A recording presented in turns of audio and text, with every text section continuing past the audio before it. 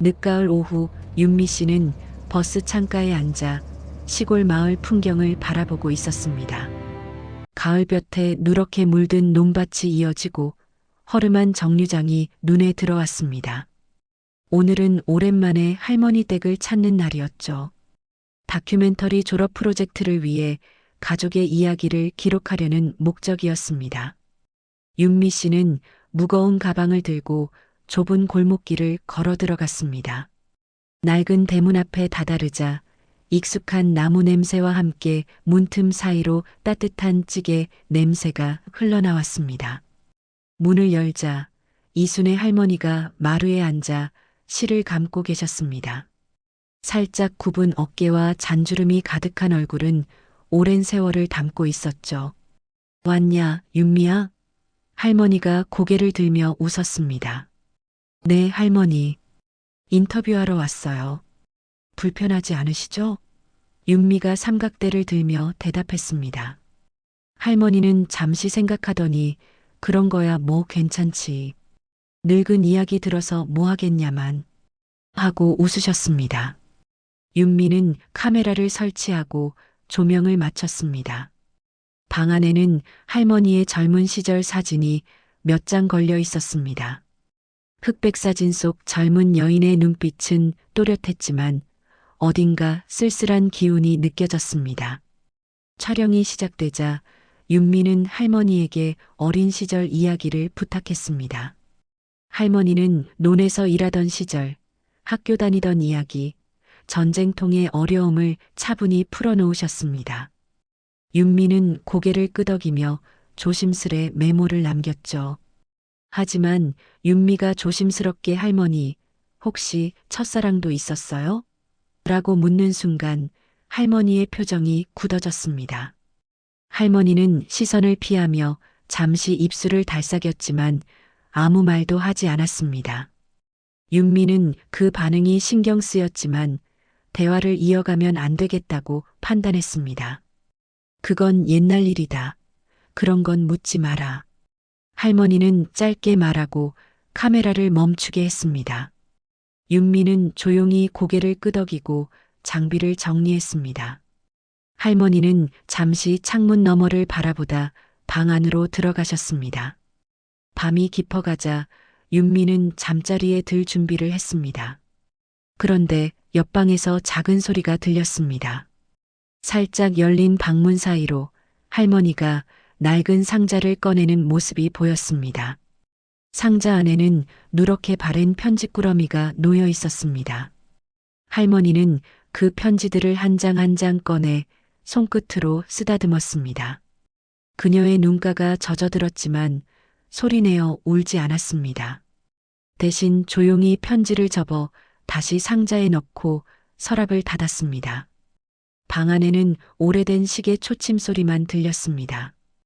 윤미는 그 장면을 멀찍이서 바라보다 조용히 등을 돌렸습니다. 오늘 밤 그녀는 처음으로 할머니의 지나온 세월이 궁금해졌습니다. 이튿날 아침 윤미 씨는 부엌에서 설거지를 하며 카메라 배터리를 충전하고 있었습니다. 할머니는 마루에 앉아 장독대 쪽을 바라보며 묵묵히 손수건을 개고 계셨죠. 윤미는 잠시 할머니의 모습이 카메라 앵글에 어울릴 것 같아 촬영을 준비했습니다. 그러다 방 구석에 쌓인 낡은 상자가 눈에 들어왔습니다. 윤미는 망설이다가 상자 가까이 다가갔습니다. 상자 윗면에는 희미하게 김도현이라는 이름이 적혀 있었습니다. 먼지를 털자 오래된 종이 냄새가 퍼졌습니다. 순간 윤미는 어젯밤 할머니가 꺼냈던 상자가 바로 이것임을 알아차렸습니다. 그녀는 손끝으로 상자를 살짝 열었지만 바로 덮었습니다. 허락 없이 열어보는 것은 예의가 아니라고 생각했죠. 오전 햇살이 마루에 비추자 할머니가 윤미를 부르셨습니다. 윤미야, 이리 와봐라. 옛날 사진 좀 같이 보자꾸나. 윤미는 상자를 원래 자리에 돌려놓고 마루로 나갔습니다. 할머니는 오래된 앨범을 펼쳤고 낡은 흑백 사진 여러 장이 들어 있었습니다. 어린 시절 가족 사진, 동네 친구들과 찍은 사진, 그리고 낯선 청년 한 명이 함께 웃고 있는 사진이 있었습니다. 윤미는 자연스럽게 시선을 그 사진에 멈췄습니다. 청년의 눈빛은 선명했고 그 옆에 젊은 순의 할머니는 지금보다 훨씬 밝은 얼굴이었습니다. 윤미는 조심스럽게 물어보려 했지만 할머니는 재빨리 앨범을 덮었습니다. 그 사진은 옛날에 그냥 찍은 거다. 할머니의 목소리는 평소보다 짧고 단호했습니다. 해가 지고 윤미는 편집용 노트북을 정리하다 잠시 멈췄습니다. 머릿속에서 자꾸 김도연이라는 이름이 맴돌았죠. 그날 밤 잠자리에 누웠지만 좀처럼 잠이 오지 않았습니다. 옆방에서 희미한 숨소리와 함께 할머니의 중얼거림이 들렸습니다. 윤미는 조용히 몸을 일으켰습니다. 문틈 사이로 할머니가 다시 그 상자를 꺼내는 모습이 보였습니다. 이번엔 손끝이 떨리고 있었습니다. 윤미는 숨을 죽인 채 그 모습을 지켜봤습니다. 할머니는 편지 한 장을 꺼내 펼쳐들고 오래 바라보셨습니다. 눈물은 흐르지 않았지만 입술이 미세하게 떨렸습니다. 잠시 후 할머니는 편지를 다시 접어 상자에 넣고 등을 돌렸습니다. 윤미는 방 안으로 들어가지 않았습니다. 대신 조용히 상자 앞에 다가가 편지 한 장을 꺼냈습니다. 편지의 첫 문장은 이렇게 적혀 있었습니다. 나는 살아 있습니다. 다만 너에게 돌아갈 수 없었습니다. 윤미는 숨을 삼켰습니다. 손끝이 떨렸지만 그녀는 조심스럽게 편지를 접어 가방 안쪽에 넣었습니다. 그리고 새벽녘 창밖의 어스름한 빛을 바라보며 결심했습니다. 내일은 이 편지의 주인공을 찾아가야겠다고요. 장면은 1950년대 초 전쟁이 시작되기 전에 시골 마을로 옮겨집니다. 젊은 순애는 장터로 나가 참깨를 팔고 있었습니다. 그날따라 사람들 사이가 유난히 분주했고 군인 복장을 한 청년 하나가 사람들 틈을 지나고 있었죠. 그는 짐을 옮기다 순애가 들고 있던 바구니를 실수로 떨어뜨렸습니다. 깨가 흩어지고 두 사람의 손이 잠시 맞닿았습니다. 그 청년이 바로 김도연이었습니다. 그는 미안하다며 도와주었고 잠시 대화를 나누게 되었습니다. 도연은 마을에 잠시 머무르는 군인이었고 훈련소 복귀 전까지 며칠의 휴가를 받고 있었습니다. 순애는 낯선 군인과의 대화를 어색해했지만 도연은 꾸밈없이 순수한 말투로 이야기를 이어갔습니다. 며칠 뒤 도연은 다시 장터를 찾았습니다. 그는 순애에게 작은 메모를 건넸습니다. 혹시 편지로 이야기 나누어도 되겠습니까? 순애는 그 말을 쉽게 거절하지 못했습니다. 그렇게 두 사람의 편지는 오가게 되었고 마을 우체부는 그 사실을 눈치챘습니다. 하지만 세상은 평온하지 않았습니다. 전쟁이 터졌다는 소식이 퍼지면서 마을 사람들은 불안에 휩싸였습니다. 도연은 군의 재소집 명령을 받고 떠날 준비를 했습니다.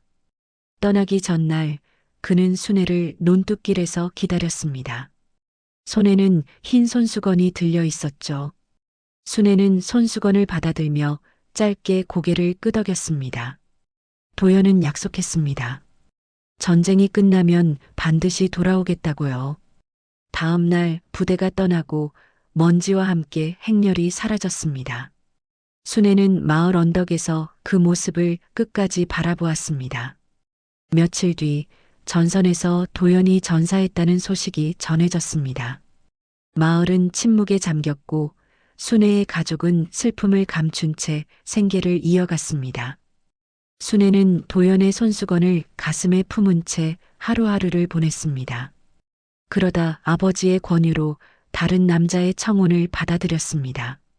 삶은 계속되어야 했고 그녀는 결국 타인의 아내가 되었습니다. 하지만 결혼 후에도 순애는 종종 새벽마다 문 밖을 바라보았습니다. 언젠가 돌아올지도 모른다는 희미한 기대가 남아 있었죠. 그렇게 세월이 흘렀고 도연의 이름은 사람들의 기억에서 점차 사라졌습니다. 그러나 순애의 마음속에서는 그 이름이 단 한 번도 지워지지 않았습니다. 현재로 돌아와 윤미 씨는 편지를 들고 마을을 돌아다녔습니다. 그녀는 할머니의 젊은 시절을 기억하는 사람을 찾기 위해 노인회관을 방문했습니다. 낡은 탁자에 모여있던 어르신 몇 분이 윤미를 반갑게 맞이했습니다. 윤미는 조심스레 편지를 꺼내며 혹시 김도연이라는 사람을 기억하냐고 물었습니다. 그 순간 한쪽 구석에 앉아있던 이태식 노인이 고개를 들었습니다. 태식은 윤미를 유심히 바라보다가 손짓으로 자리에 앉히더니 낮은 목소리로 말했습니다. 그 이름 오랜만에 듣는구먼. 죽었다는 그 사람 말이지? 윤미는 고개를 끄덕였고 태식은 한참 동안 생각에 잠겼습니다. 그는 잠시 후 입을 열었습니다. 도연이는 안 죽었어. 살아 돌아왔었지. 다만 순애가 다른 사람과 약혼했다는 소문을 듣고는 떠났어. 윤미는 놀란 표정으로 태식의 말을 들었습니다. 태식은 오래된 담배갑 속에서 작은 흑백 사진을 꺼냈습니다. 사진에는 팔에 붕대를 감은 도연이 병원 앞에 서 있는 모습이 담겨 있었습니다. 사진 뒷면에는 1953년 봄, 다시 태어난 날이라는 글씨가 적혀 있었죠. 윤미는 손끝으로 사진을 만지며 믿기 어려운 표정으로 숨을 고르았습니다. 태식은 말을 이어갔습니다. 그 양반, 그 후로 서울로 올라가서 살았다네. 아들도 하나 있었지. 이름이 하준이었을 거야. 윤미는 수첩을 꺼내 이름과 주소를 받아 적었습니다. 태식은 주머니에서 낡은 메모 한 장을 꺼내 그녀에게 건넸습니다. 그 종이에는 서울 종로구 효자동 번지라고 적혀 있었습니다. 윤미는 그 자리에서 메모를 꼭 쥐었습니다. 태식은 그녀에게 당부했습니다. 그 일은 순애한테 직접 묻지 말게. 아직 그 기억이 상처일 테니. 윤미는 고개를 숙이며 인사하고 회관을 나섰습니다. 마을 어귀를 벗어날 때까지 그녀의 손에서는 사진의 떨림이 멈추지 않았습니다. 그날 밤 윤미는 숙소로 돌아와 노트북을 켰습니다. 화면에 도연의 이름과 주소를 입력하고 온라인 기록을 검색했습니다. 결과에는 오래전 사망한 한 남자의 이름과 함께 유족 김하준이라는 항목이 떴습니다. 윤미는 눈을 감고 천천히 숨을 내쉬었습니다. 그리고 결심했습니다. 내일 이 하준이라는 사람을 찾아가야 한다고요. 서울 도심 외곽의 오래된 주택가 윤미 씨는 낡은 주소 메모를 손에 쥔 채 골목을 걸었습니다. 지도에 표시된 집 앞에 도착하자 녹슨 대문과 오래된 초인종이 눈에 들어왔습니다. 그녀는 벨을 눌렀고 안쪽에서 중년 남성이 조심스레 문을 열었습니다. 그가 바로 김하준이었습니다. 윤미는 자신을 소개하며 할머니 이순애의 이름을 꺼냈습니다.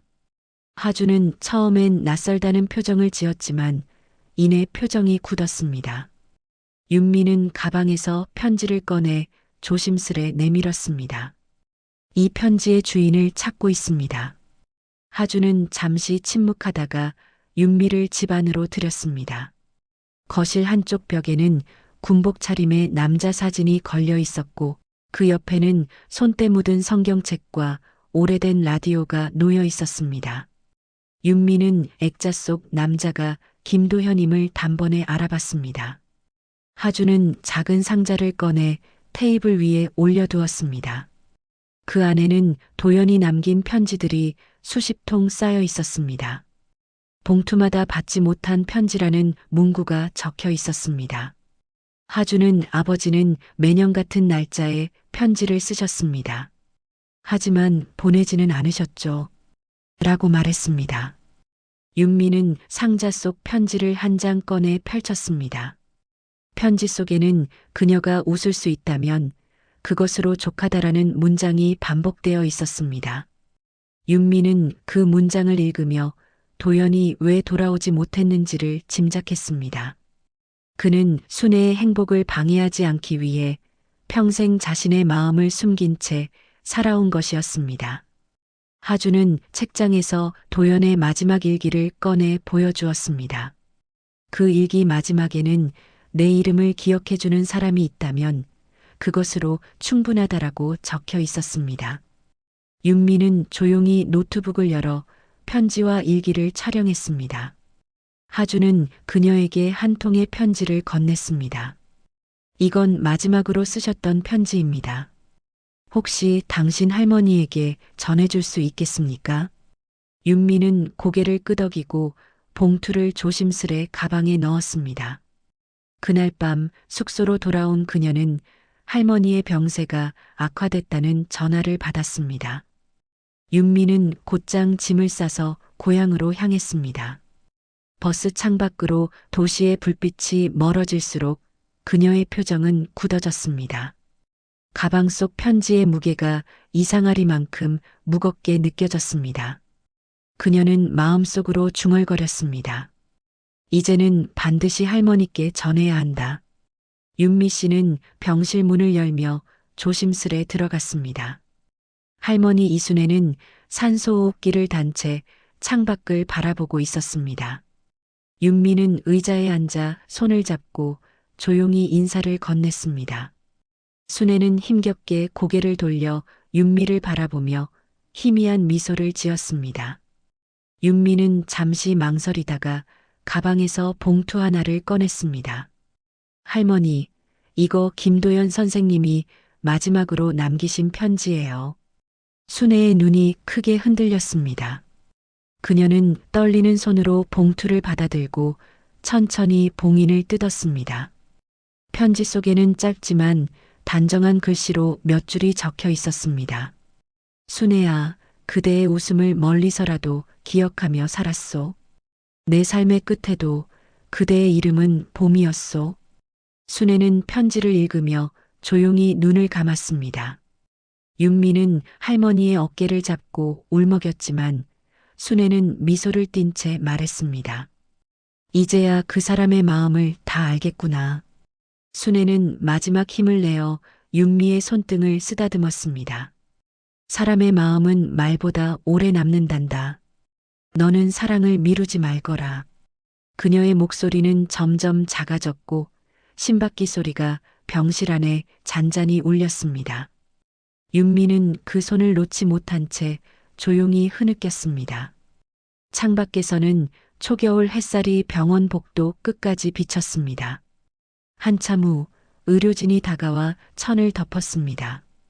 윤미는 편지를 다시 접어 할머니의 가슴 위에 놓았습니다.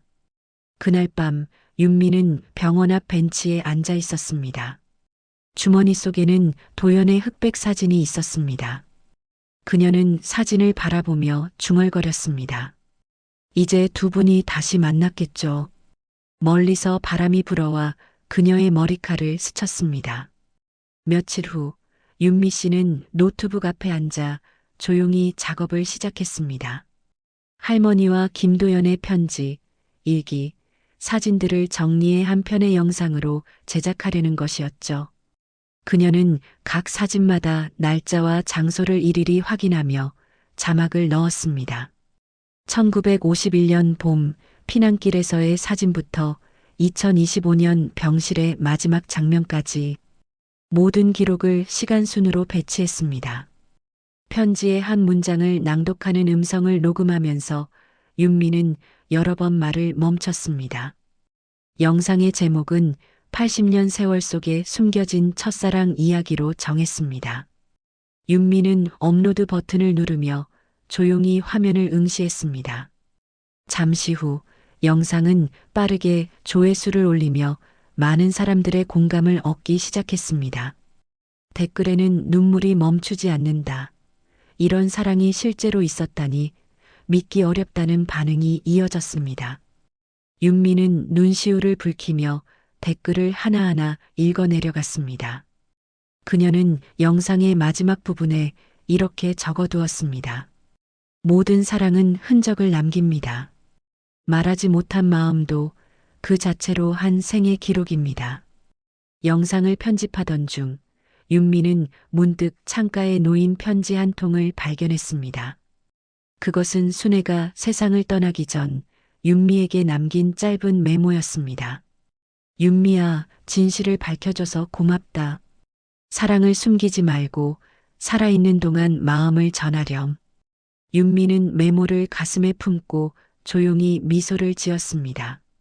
그리고 영상 마지막에 할머니의 음성 파일을 덧붙였습니다.